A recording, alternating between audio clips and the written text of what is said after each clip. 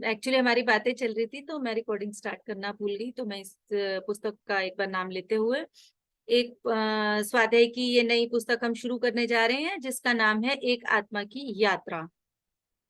जिसमें लेखक स्टार्टिंग करता है तो यह बोलता है कि मैं कोई लेखक नहीं, ना ही मैं इस दिशा में कोई अनुभवी हूँ।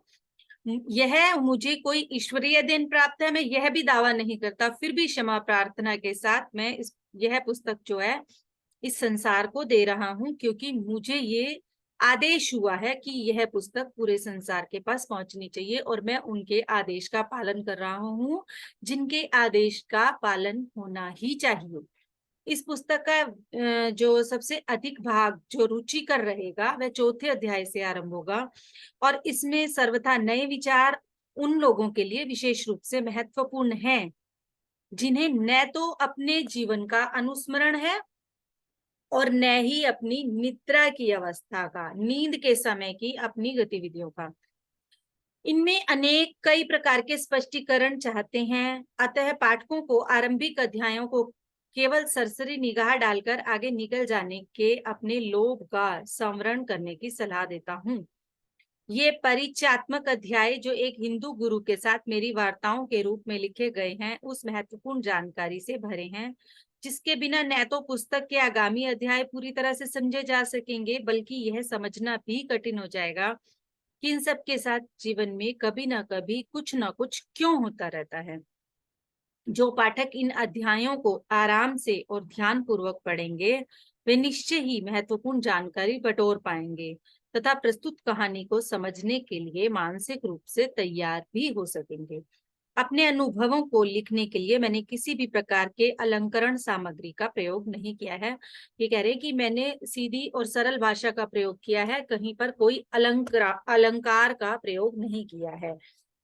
यदि इनसे कुछ लोगों को जीवन की इस विराट योजना को समझने में मदद मिलती है, इनसे विकास प्रक्रिया को समझने की अंतर्दृष्टि मिलती है तथा पशुओं से मित्रतापूर्ण व्यवहार करने का कारण मिलता है, तो मैं समझूंगा कि मैंने व्यर्थ ही उन्हें लिपिबद्ध नहीं किया।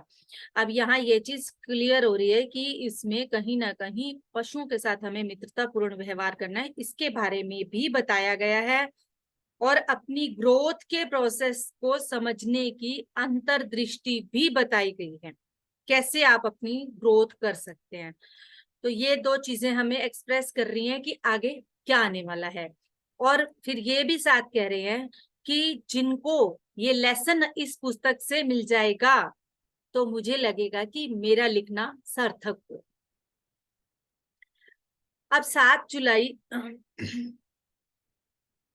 1941 का दिन था, और मैं अब भी तार द्वारा प्राप्त उस संदेश पर चिंतन में डूबा था जो मुझे 3 दिन पूर्व लंदन के जंगी दफ्तर से प्राप्त हुआ था, जिसमें मुझे यह सूचित किया गया था कि मेरा प्यारा छोटा भाई चार्ल्स इंग्लैंड के आसमान में लड़ाई के दौरान मारा गया है। वह केवल 23 वर्ष का था। वह साल भर से कुछ ही अधिक समय पूर्व रॉयल एयर फोर्स में भर्ती हुआ था और पायलट बनने का प्रशिक्षण ले चुका था।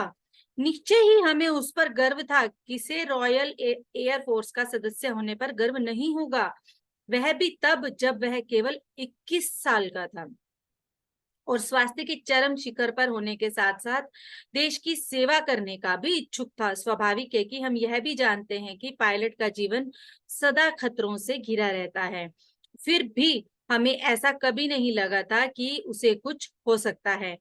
शायद सभी को अपने प्रियजन के प्रति ऐसा ही लगता है।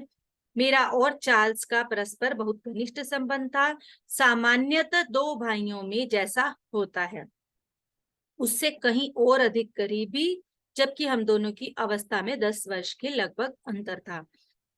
तो यहाँ पे कहानी शुरू हो चुकी है, उसमें ये अपने एक छोटे भाई के बारे में बता रहे हैं कि उन्हें उस रात को उस अपने भाई की मृत्यु का खबर मिलता है, जो कि एक पायलट था, और उन दोनों में बहुत अच्छा संबंध था, और वो 21 साल का युवा था जो उनका भाई था, और उन दोनों का बहुत आपस में करीबी संबंध था भाइयों का। मुझे याद है जब उसने अपनी पहली बार शत्रु के जहाज को मार गिराने की बात गर्वपूर्वक हमें बताई थी। उसके निधन की सूचना से लगे आरंभिक आघात की पीड़ा बड़ी जबरदस्त थी। अपने जीवन में अब पहली बार मुझे उस ईश्वर पर क्रोध आया जिसे हम कृपालु और दयालु कहते हैं। क्या वह सचमुच दयालु है?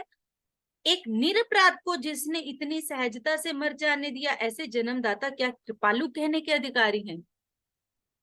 जो एक आम इंसान करता है कि हमारे साथ अगर कोई भी ऐसी दुर्घटना आकस्मिक हो जाती है, हमारा कोई करीबी चला जाता है और वो तो उसका बिल्कुल युवा भाई था, तो सबसे पहला दोष हम उस कृपालु और दयालु कहलाने वाले परमात्मा को देते हैं कि ऐसा कैसे कर सकता है एक युवा के साथ जिसने उसे मर जाने दिया। मैं एक कैथोलिक के रूप में पला बड़ा था, ये एक कास्ट है उनकी वहां की,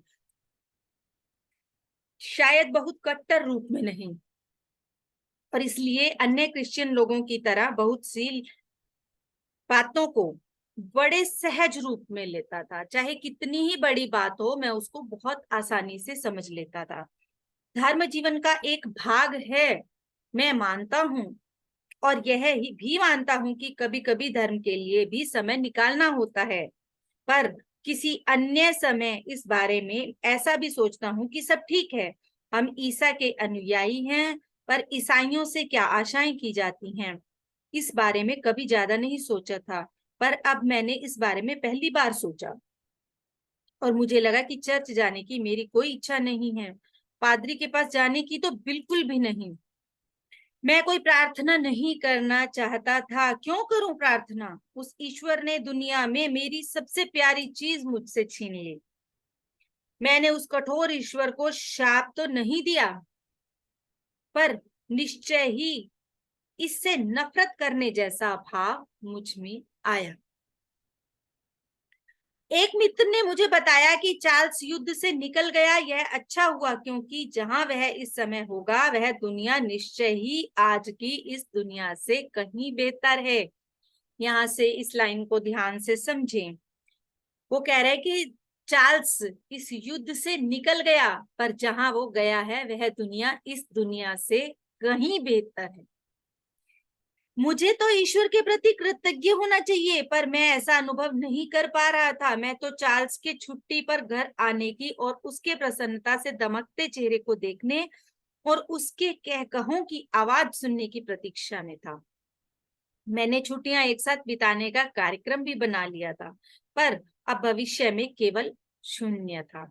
कुछ सप्ताह पूर्व मैं इसी मनस्थिति में बैठा था। अब उस अविस्मरणीय दिन वह मेरे पास आया। यद्यपि अब तक मुझ में जो परिवर्तन आए हैं उन्हें देखते हुए मुझे लगता है कि यह सब किसी विगत जन्म में ही घटित हुआ होगा, पर मुझे हर चीज बारीकी से याद है और मरते दम तक याद रहेगी। अब कह रहे हैं कि जिस समय ये परिस्थिति मेरे जीवन में आई थी और आज मैं जिस मनोस्थिति में हूं, तब मैं जिस मनोस्थिति में था, इन दोनों मनोस्थिति को अगर मैं कंपैरिजन करता हूं तो ऐसा लगता है कि ये मेरे पिछले जन्म की बात है। इस बात को ध्यान से समझ लें। तो इतना परिवर्तन आ गया उस मनोस्थिति में और आज की उस मनोस्थिति में। तो और ये भी कह रहा है कि यह मुझे मरते दम तक याद रहेगा। भूला वो उसको भी नहीं, पर अपनी आज की मनोस्थिति देख के वो खुश भी है और ये कह रहा है कि मुझे ये मरते दम तक याद रहेगा। मैं जो कुछ घटित हुआ उसे यथावत सुनने की कोशिश करूंगा, पर फिर भी अगर कुछ बिखरा हुआ लगे तो मुझे क्षमा करना, क्योंकि मैंने आज तक कोई कहानी लिखने की कोशिश भी नहीं की। पर आज मैं ऐसा इसलिए कर रहा हूं ताकि दूसरों को भी वह खुशी मिले जो मुझे स्वयं मिले। उस दिन 11 बजे के लगभग मेरे दरवाजे पर दस्तक हुई और मेरे नौकर ने मुझे बताया कि नीचे एक व्यक्ति मुझसे मिलने आया है। मैंने पूछा कैसा आदमी है? उसका जवाब था अजीब सा आदमी है, मुझे लगता है कुछ मांगने आया है। मैंने लड़के से कहा कि वह नीचे जाकर उससे पूछे कि वह क्या चाहता है और मुझे आकर बताए। उसने लौटकर मुझे बताया कि वह व्यक्ति कोई संदेश लेकर आया है जो केवल मुझी को दिया जा सकता है। मैंने झुंझलाकर उसे ऊपर ले आने को कहा। यद्यपि तब से अब तक मैं उसे कई बार देख चुका हूँ, फिर भी उसका बयान करना आसान नहीं लग रहा, परंतु मैं पूरी कोशिश करूंगा। वह लंबा और पतला था, लगभग 45 वर्ष का रहा होगा, और उसने दाढ़ी रखी थी। वह निश्चित रूप से उत्तर भारत का निवासी जान पड़ता था, जबकि उसकी त्वचा मेरे जैसी ही गोरी चिट्टी थी। उसने एक साधारण सी भारतीय पोशाक पहन रखी थी, जिसके कपड़े का रंग इतना गड्ढ-मड्ढ था कि पहली नजर से लगता था कि मानो मैली हो, पर ध्यान से देखने पर वह एकदम साफ-सुथरी जान पड़ती थी। उसके पाँव में सैंडल और सिर पर पगड़ी थी। मैंने अपने नौकर से जाने को कहकर अपने अतिथि को बैठने का इशारा किया। वह बैठा, पर जिस कुर्सी की ओर मैंने इंगित किया था, मतलब उसने इशारा किया, उस पर नहीं, बल्कि कालीन पर चौकड़ी मारकर। तब मैंने उसकी दयामयी आंखों की ओर देखते ही जान लिया कि उनमें तो युगों का ज्ञान भरा पड़ा है। अब तक वह बिल्कुल बोला नहीं था। जी बताइए, मैं आपके लिए क्या कर सकता हूँ, मैंने पूछा। वह मेरे इस प्रश्न पर अचंभित जान पड़ा और कुछ क्षणों के उपरांत बोला, आपने ही तो मुझे बुलाया था। मुझे उसके उत्तर पर ताज्जुब हुआ।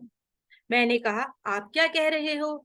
मैंने आपको पहले कभी नहीं देखा, फिर मैं आपको क्यों बुलाऊंगा? जल्दी बताइए, क्या चाहते हैं आप? आप मुझे और भी बहुत अधिक काम है। आपने मुझे बुलाया था, उसने बात दोहराई। लगता है मेरी मुख मुद्रा में आश्चर्य साफ झलक रहा होगा। तभी तो वह मुस्कुराकर बोला, क्या अभी अभी तुमने अपना भाई नहीं खोया है? क्या यह सच नहीं कि तुम किसी अदृश्य परमात्मा से अनेक प्रश्न पूछ रहे हो, जिसे तुम अपने भाई की मौत का जिम्मेदार मानते हो? क्या तुमने कई बार उससे यह नहीं कहा कि ऐसा क्यों हुआ? क्या तुम्हारा भाई ही तुमसे छीन लिया गया और कोई क्यों नहीं? ऐसे परमात्मा में विश्वास करने का क्या मतलब है, जब तुम उससे सवाल न पूछ सको और उससे वे जवाब न पा सको जो तुम्हारे लिए इतनी अहमियत रखते हैं। पिछली 3 रातों में सोते हुए तुमने स्वयं को अपने भाई से बातें करते हुए सपने में देखा है। तुम उससे बातें करते रहे हो, तुमने नींद के दौरान ये सब प्रश्न पूछे हैं। मेरे पास तुम्हारे सभी प्रश्नों के उत्तर हैं। मैं तो एक संदेशवाहक हूँ। मुझे तुम्हारे सवालों के जवाब देने के लिए तुम्हारे पास भेजा गया है। जानते हो ना, ईसा मसीह का ने कहा था कि मांगो और वह तुम्हें मिल जाएगा। दस्तक दो और दरवाजा खुल जाएगा। तुमने पूछा भी है और दस्तक भी दी है, तो तुम्हारे लिए जवाब आया है। अब यह तुम पर निर्भर है कि क्या तुम अब भी उन सवालों के जवाब जानना चाहते हो जिनके लिए तुमने इतना शोर मचाया था। हाँ, मैं अवश्य अपने सवालों के जवाब जानना चाहता हूँ, पर पहले यह तो बताओ, तुम हो कौन? और मुझे यह कैसे पता चलेगा कि तुम उन सब प्रश्नों का उत्तर मुझे दे सकते हो जो मैं जानना चाहता हूँ? तुम भी मुझ जैसे इंसान हो, जीते जागते, हाड़ मांस के बने हुए। फिर भी तुम मेरे भाई को जानने की बात करते हो, उससे बातचीत करने का दावा करते हो। मैंने उससे क्या कुछ पूछा, इसे सुन पाने की बात भी करते हो। क्या यह कोई जादू है या फिर मैं सपना देख रहा हूँ? पहले मुझे यकीन दिलाओ, यदि संभव हो तो। मैं एक अच्छे श्रोता की तरह तुम्हारी बात जरूर सुनूंगा।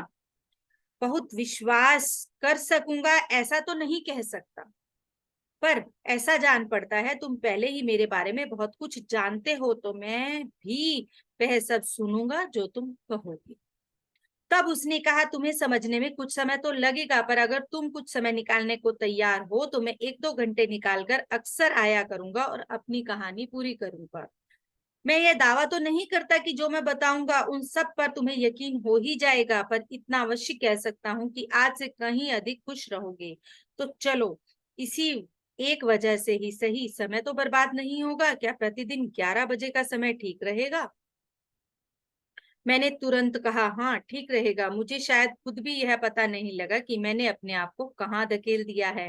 इतना जरूर पता था कि अगर कुछ गड़बड़ जान पड़ी तो मैं पहले दिन के बाद ही उससे पिंड छुड़ा लूंगा। बात करने के लिए मैंने सिर ऊपर उठाया, पर वह तो जा चुका था। वहां कोई नहीं था, जबकि मुझे दरवाजे के खुलने या बंद होने की कोई आवाज सुनाई नहीं पड़ी। मैं सोचने लगा, क्या मैं कोई सपना देख रहा था या फिर मेरा दिमाग चिंता या नींद की कमी की वजह से अपनी जगह से हिल गया था। अपने नौकर को बुलाकर मैंने उससे पूछा, क्या वह सचमुच किसी व्यक्ति को मुझसे मिलाने के लिए ऊपर लेकर आया था? उसने बताया कि हाँ लाया था, पर जब मैंने उससे पूछा कि उसे वापस जाते हुए भी उसने देखा है या नहीं, तो उसने साफ इनकार कर दिया।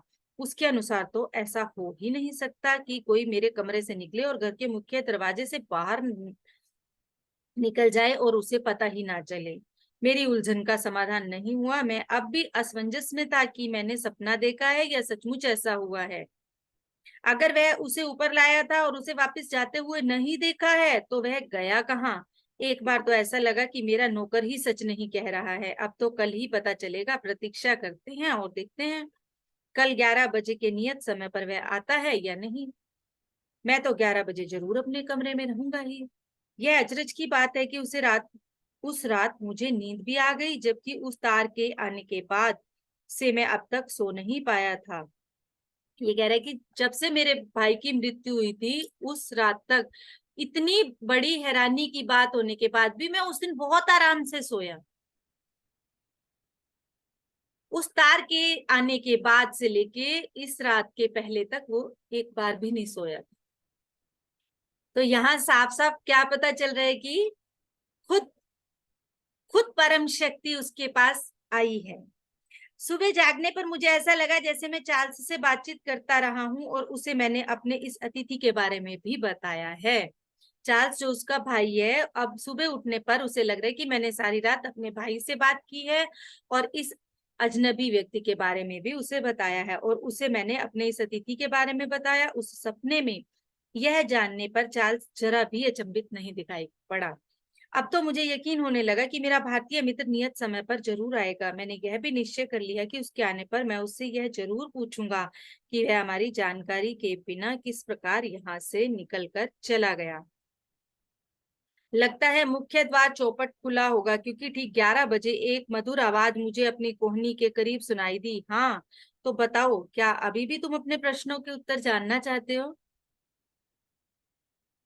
मैंने उसे न तो आते हुए देखा, न ही किसी आवाज से उसके आने का आभास हुआ था। हैरानी की बात यह है कि इस पर भी मुझे न जाने क्यों ऐसा यकीन था कि वह तो आएगा ही। मैंने कहा, हाँ अवश्य, मैं तैयार हूँ, और बिना किसी अनौपचारिक वार्तालाप के वह नीचे फर्श पर बैठ गया। मैं अपनी कुर्सी पर पीठ लगाकर बैठ गया और उसने वह अद्भुत कहानी सुनानी आरंभ कर दी जैसे मैंने पहले कभी नहीं सुनी थी। यह ऐसी कहानी थी जिसे मैं आज तक पूरी तरह समझ नहीं पाया, पर जो शुरू से ही मुझे सत्य और विश्वसनीय लगी, और पाठकों को भी ऐसी ही लगेगी, यह मेरा विश्वास है। आगामी कुछ दिनों में हम दोनों के बीच बहुत कम वार्तालाप हुआ। वह आता जिस प्रकार पहले दिन आया था, कभी 1 घंटा कुछ सुनाता, कभी उससे भी लंबे समय तक, और फिर जब उस दिन के लिए निर्धारित कहानी सुना चुकता तो भारतीय अंदाज में दोनों हथेलियों को जोड़कर नमस्कार कहता और चला जाता। कभी कभी तो लगता था कि उसे आभास हो जाता है कि अब मेरा दिमाग थक गया है। उसे ये बात वो तब तक बोलता था जब तक कि वो उसे बहुत अच्छे से सुन रहा होता था। तो वो ये कह रहा है कि उसे पता चल जाता था कि मेरा दिमाग थक चुका है, वहीं पर वो उस कहानी को सुनाना बंद कर देता था। उसकी कहानी की अजीब बातों से जूझते मेरा दिमाग सचमुच पस्त हो जाता था, और तब शायद मेरी हालत को समझकर वह वहीं रुक जाता था, एकदम अचानक ही, और फिर बिना कुछ कहे या विदा लिए वह कमरे से निकल जाता था। अगले दिन लौट कर आने पर वह वहीं से अपना पहला वाक्य शुरू करता था जहां उसने पहले दिन छोड़ा था। मैं यहाँ तुम्हारा धर्म अध्याय 1 अब शुरू होता है। अभी इसकी सारी ये क्या थी, इंट्रोडक्शन। तो आज यहाँ एंड करें या पढ़ना है? अभी इंटरेस्ट बन रहा है? 3:50 है, 10 मिनट और ले लेते हैं, ठीक है? 4 o'clock तक ले लेते हैं, जितना हो जाएगा। अध्याय 1। मैं यहाँ तुम्हारा धर्म परिवर्तन करने या कोई नया दर्शन सिखाने के लिए नहीं आया हूँ। मुझे मेरे मास्टर ने तुम्हारे पास इसलिए नहीं भेजा है कि मैं तुम्हें उन सवालों के जवाब दे सकूं जिन्होंने तुम्हें आजकल परेशान कर रखा है। तुम्हें परेशानी से बचाने के लिए मैं केवल यह कर सकता हूँ कि मैं तुम्हें जीवन की मूलभूत सच्चाइयों के बारे में इस उम्मीद से बताऊं कि तुम्हारे लिए ज्ञान की वह नींव बन सके जिस पर तुम अपने दर्शन का महल खड़ा कर सको। मैं उस व्यवहारिक अनुभव को पाने में भी तुम्हारी मदद करूंगा जिसके द्वारा तुम स्वयं बहुत कुछ प्रमाणित कर सकोगे। मैं जो कुछ कहूंगा उसमें से बहुत कुछ तुम्हें असामान्य लगेगा, परंतु अनेक जन्मों में बहुत अध्ययन करने के बाद मैंने उन सच्चाइयों के प्रमाण पाए हैं और मैं उनसे प्रत्यय रखता हूँ। मेरी यह इच्छा नहीं है कि तुम उस सब को स्वीकार करो जो मैं कहता हूँ या उन सबको सत्य मानो, क्योंकि ऐसा तो तभी हो सकेगा जब तुम इन सब चीजों को अपनी चेतना के भीतर देख सकोगे, पहचान सकोगे। महात्मा बुद्ध, जिन्होंने बौद्ध धर्म की स्थापना की, उनके द्वारा कही गई एक उक्ति सुनाता हूँ। उक्ति मीन्स पंक्ति, लाइन, जिससे तुम्हारी दुविधा दूर होगी और मेरी बात स्पष्ट हो जाएगी। एक दिन उनका एक शिष्य उनके पास आकर बोला, महात्मन, मैं किसकी बात पर विश्वास करूं? एक आदमी एक बात कहता है तो दूसरा दूसरी बात, और दोनों ही अपनी अपनी बात को सही मानते हैं। महात्मा बुद्ध ने उत्तर दिया, वत्स, किसी भी आदमी की बात पर विश्वास मत करो, मेरी बात पर भी नहीं, जब तक वह तुम्हारी बुद्धि को जच ना जाए। यहाँ पे पहला पॉइंट है, इसको आप नोट कर सकते हो। इसको आप नोट कर सकते हो, एक पेपर पेन लेके बैठो, इसके मेन मेन पॉइंट्स नोट करो। ये हमारे लिए बहुत बड़ी मैसेजेस होते हैं, ये हमारे लिए मैसेजेस होते हैं। और ये मैसेज क्या आया है? किसी की बात पर भी विश्वास मत करो, जो बात आपको जच जाए, जिस बात में आप पूरी तरह से संतुष्ट हो जाओ, उस बात पर हमेशा विश्वास करो। तब भी उस पर विश्वास मत करो, बल्कि उसे एक तर्क संगत परिकल्पना जैसा ही समझो, जब तक तुम उसके सत्य होने के प्रमाण ना पालो। जब तक पूरी तरह तुम्हें उस बात पर विश्वास ना हो जाए, वो तुम्हें सत्य ना लगने लगे, तब तक उसको जांचो, परखो। सर्वप्रथम मैं तुम्हारे सामने उस मार्ग का एक प्रारूप रखना चाहूंगा जिसे हम विकास मार्ग कहते हैं, और यह भी बताना चाहूंगा कि प्रकृति के किन किन जगतों में यह अपरिभाष्य वस्तु जिसे हम जीवन कहते हैं प्रवाहित होता रहता है। जीवन का उद्भव कहाँ से है, इस बारे में मैं कुछ नहीं कह सकता। मैं न तो स्वयं इस बारे में जानता हूँ, न ही ऐसे किसी व्यक्ति से कभी मिला हूं जो यह जानता हो, पर उससे क्या फर्क पड़ता है? सभी विचारशील व्यक्ति इस बात पर सहमत हैं कि इतने विशाल ब्रह्मांड के निर्माण के पीछे कोई तो शक्ति है, हम चाहे उसे ईश्वर कहें या मात्र सृजनात्मक शक्ति, इससे कोई फर्क नहीं पड़ता। बहुत से लोग आज भी ईश्वर के रूप में एक परम श्रद्धेय वृद्ध पुरुष की कल्पना करते हैं, जिसकी लंबी दाढ़ी है, उनकी कल्पना का एक आदर्श रूप, जिसके पास असीम शक्तियां हैं और जो अत्यधिक न्यायशील है। कौन कहेगा कि यह विचार अविवेकपूर्ण है? बहुत से लोग इससे सहमत होंगे, पर इसका कोई आधार नहीं था। ऐसा कोई व्यक्ति इस धरती पर है ही नहीं जो हमें ब्रह्मांड के उद्भव या फिर जीवन के उद्गम के बारे में बता सके। यद्यपि हम जीवन का विश्लेषण नहीं कर सकते, परंतु हम उससे संबंध अवश्य जोड़ सकते हैं। ऐसा कौन होगा जिसने एक मनुष्य अथवा एक जानवर को 1 मिनट में जीवित और दूसरे मिनट में मृत न देखा हो? उस 1 मिनट में ऐसा क्या घट जाता है? निस्संदेह कुछ तो ऐसा है जो शरीर से बाहर निकल जाता है और पीछे रह जाता है, एक अस्थि मांस पिंड जो देखते ही देखते विघटित होने लगता है और धरती माता के गर्भ में लौट जाता है। यहाँ एक व्यक्ति के मृत शरीर की बात की जा रही है। सभी ने देखा है कि एक व्यक्ति जब जीवित होता है, हम उसको 1 सेकंड में, हमने किसी न किसी की मौत अवश्य देखी होगी। वो एक पल के लिए लास्ट में जीवित है, श्वास है, पर अगले ही पल वो मृत है। उन दोनों के बीच में ऐसा क्या घटा है? जीवित और मृत शरीर, शरीर तो वही है, उन दोनों के बीच में ऐसा क्या घटा है जो अस्थि मांस पिंड देखते ही देखते पूरा का पूरा धरती में मिल जाता है?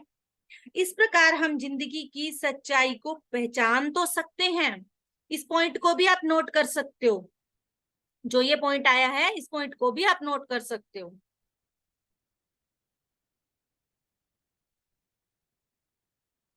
हम जिंदगी की सच्चाई को पहचान तो सकते हैं, चाहे उसे समझने में असमर्थ हों।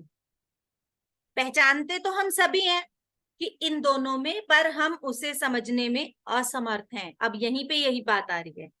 यह भी सच है कि हम अन्य अनेक चीजों की तरह आज के इस विकसित समय में भी जीवन का सृजन नहीं कर सकते। ये भी पॉइंट देखिए। यह भी सच है कि हम अन्य अनेक चीजों की तरह आज के इस विकसित समय में, कितना बड़ा रिवॉल्यूशन का टाइम है, कितनी टेक्नोलॉजी, हर रोज नया अपडेट आता है, इतनी इतनी टेक्नोलॉजीज, इतनी इतनी साइंस तरक्की कर रही है, पर फिर भी हम एक जीवन का सृजन नहीं कर सकते जैसे हम चीजों का कर सकते हैं।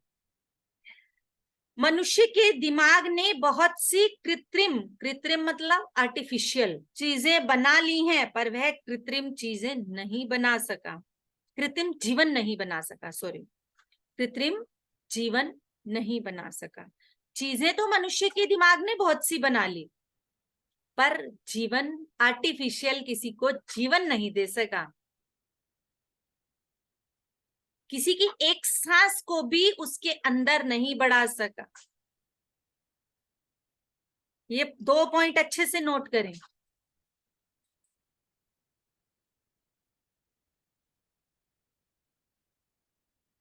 विकसित समय में जीवन का सृजन नहीं कर सका, और कृत्रिम चीजें कितनी भी बना ली हो, कृत्रिम जीवन नहीं बना सका। विज्ञान हमें यह बताता है कि प्रकृति के चारों जगतों में जीवन पाया जाता है, खनिज, वनस्पति, पशु और मानव जगत। विज्ञान पूरी तरह प्रूव करता है ये बात कि इन चारों में जीवन पाया जाता है। यह तो बताने की आवश्यकता ही नहीं कि पशु तथा मानव जगत में जीवन विद्यमान है, हम स्वयं देख सकते हैं, परंतु खनिज तथा वनस्पति जगत में भी जीवन है। इस बात पर विश्वास करना कठिन है। विश्वस्त सूत्रों से पता चला है कि चट्टानों में भी जीवन होता है, और जब उनकी जीवन शक्ति समाप्त हो जाती है तो वे भी सड़ने लगते हैं, समय के साथ साथ वे खंडित होने लगते हैं और मिट्टी में मिल जाते हैं, बिल्कुल वैसे ही जैसे मनुष्य का शरीर। यह अवश्य सच है कि इस प्रक्रिया में समय अधिक लगता है। हमारे लिए इस बात पर विश्वास करना अधिक आसान है कि वनस्पतियों में जीवन है, क्योंकि जब उन्हें जड़ समेत जमीन से निकाल दिया जाता है तो उनकी जड़ें धीरे धीरे सूख जाती हैं और वे मर जाती हैं।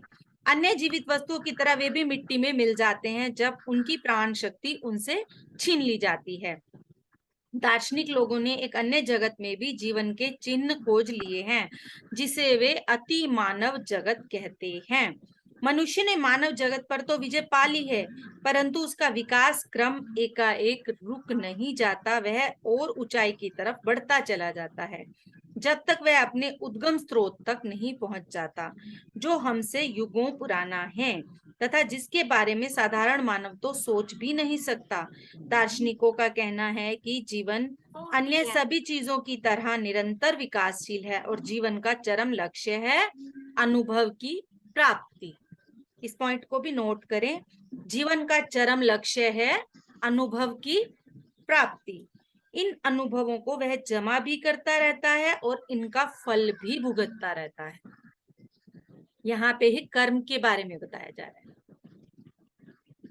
जैसे जैसे वह विभिन्न जगतों में आगे, जगत संसार में आगे बढ़ता जाता है, जीवन के लघुत्तम रूप से लेकर महत्तम रूप तक पहुंचते पहुंचते वह हर प्रकार के अनुभव से गुजरता है। तो 4 o'clock हो चुके हैं, आज का हम यही एंड करेंगे, हो तो ज्यादा जाता, बट मैं रिक्वेस्ट करूंगी सभी से, जो टाइम लिखा जाए प्लीज टाइम पे ज्वाइन करें, पंचुअलिटी का ध्यान रखें ताकि मैं भी उसको आगे अच्छे से ले पाऊं। ठीक है, आई रिक्वेस्ट टू ऑल कि किसी भी चीज को करने का आनंद पूरी तरह से हम ले पाए। तो हम 5 बजे मेडिटेशन के लिए मिलते हैं, ठीक है। थैंक यू, आज इतना ही। Thank you so much, thank you Sulakshana.